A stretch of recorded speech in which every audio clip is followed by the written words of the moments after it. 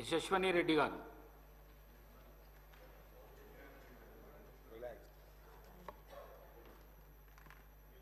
ధన్యవాదాలు అధ్యక్ష. ముందుగా నాకు మాట్లాడడానికి అవకాశం ఇచ్చినందుకు మీకు ధన్యవాదాలు.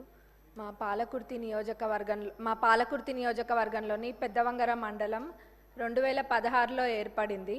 అది పేరుకి మండలం అయితే ఏర్పాటు చేసిండ్రు, కానీ అన్ని గవర్నమెంట్ ఆఫీసెస్ అన్నీ కూడా రెంటెడ్ బిల్డింగ్స్లోనే ఉన్నాయి. దీనికి ఒక దాతలు ముందుకొచ్చి స్థలం ఇవ్వడం కూడా జరిగింది. దాంట్లో ఎంఆర్ఓ ఆఫీస్ ఆల్రెడీ ప్రారంభించి 50% పనులు కూడా పూర్తయినాయి. మిగతా 50% పనులు ఏవైతే ఉన్నాయో దానికి 1 కోటి రూపాయలు అయితే ఆ బిల్డింగ్ సంపూర్ణంగా పూర్తవుతుంది. దానికి నిధులు ఇవ్వాలని సంబంధిత మంత్రివర్యులని అడుగుతున్నాం. అట్లనే అదే స్థలంలో ఎంపీడీఓ ఆఫీసు నిర్మించడానికి కూడా ప్లేస్ ఉంది, కాబట్టి దానికి కూడా శాంక్షన్ ఇవ్వాలి, ఆ నిధులు కూడా ఇవ్వాలి. అక్కడ పోలీస్ స్టేషన్కి కూడా స్థలం లేదు. పోలీస్ స్టేషన్ కూడా రెంటెడ్ బిల్డింగ్లోనే ఉంటుంది, కాబట్టి పోలీస్ స్టేషన్కి కూడా స్థలము మరియు నిధులు ఇవ్వాలని కోరుకుంటున్నా ఇన్ఛార్జ్ మినిస్టర్ గారిని, అట్లనే సంబంధిత మంత్రివర్యులని కూడా. ఇంకా మా పాలకుర్తి నియోజకవర్గంలోని పాలకుర్తి మండల్లో బస్ స్టేషన్, ఆ బస్ స్టేషన్ అయితే ఎవరు పట్టించుకున్న నాదుడే లేడు ఇన్ని రోజులు. మొన్న ఒక పెద్ద యాక్సిడెంట్ జరిగింది, బస్సు లారీ 2 కూడా ఢీకొన్నాయి. అయితే అక్కడ ఒక పాలకుర్తి సెంటర్ అని ఉంటుంది, ఆ సెంటర్లోనే బస్ స్టాండ్ అనేది యూజ్ చేయకుండా ప్రయాణికులందరూ కూడా అక్కడనే బస్ ఎక్కుతారు. ఎప్పుడు కూడా ఆ బస్ స్టేషన్ అనేది యూజ్ చేయలేదు. మన ప్రజాప్రభుత్వం అధికారంలోకి వచ్చినాక అక్కడికి వెళ్ళి అదంతా క్లీన్ చేయించి ఇక్కడ లేదు బస్ స్టేషన్ ఇక్కడనే వాడాలి, రోడ్ పైన ఉంటే ప్రమాదాలు జరుగుతాయని చెప్పి అక్కడ దాన్ని ఏదో అట్లా నడిపిస్తున్నాము. కానీ అక్కడ డెవలప్మెంట్ అనేది చాలా అవసరం. అది అసలు కూడా పరిస్థితి బాగాలేదు, శిథిలావస్థలో ఉన్నట్టుగా ఉంది.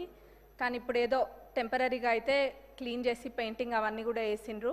ఆ బస్ స్టేషన్ డెవలప్మెంట్కి నిధులు ఇవ్వాలని ట్రాన్స్పోర్ట్ మినిస్టర్ గారిని, ఇన్ఛార్జ్ మినిస్టర్ గారిని కూడా అడుగుతున్నా.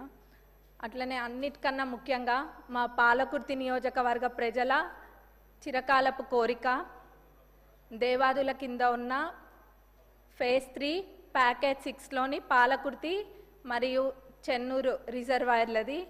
దాని ద్వారా మొత్తము 77,890 ఎకరాలకి సాగునీరు అందియొచ్చు. ఇది ఎంత నిర్లక్ష్యానికి గురైందంటే గతంలో అసలు మొత్తము 20-30% పనులు కూడా 10 ఏళ్లలో ఎప్పుడు కూడా పూర్తి కాలేదు.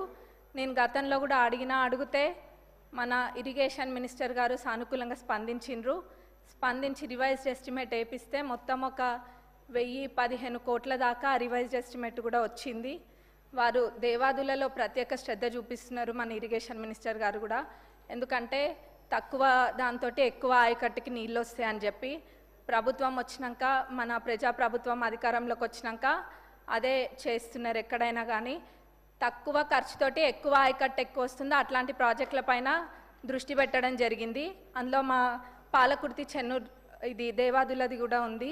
కాబట్టి దీనికి నిధులు కేటాయించాలని మన ఉప ముఖ్యమంత్రి వర్యులని, ముఖ్యమంత్రి గారిని, ఇన్ఛార్జ్ మినిస్టర్ గారిని, ఇరిగేషన్ మినిస్టర్ గారిని కూడా కోరుకుంటున్నాం. ఎందుకంటే ఇది మా ప్రజలు ఎప్పటి నుంచో కోరుకుంటున్నారు, ఎప్పుడు కూడా అది పడవబడే ఉంది. కాబట్టి ఇది చేయడం వల్ల చాలా మటుకు రైతులకి మేలు చేకూరుతుంది మా ప్రాంతంలో. అందులో ఎక్కువ శాతం అంటే 45,000 ఎకరాలు, ఆ 77,000 ఏదైతే ఉందో అందులో 45,000 ఎకరాలు మా నియోజకవర్గానికి సంబంధించే ఉంది, 45,000 ఎకరాలు.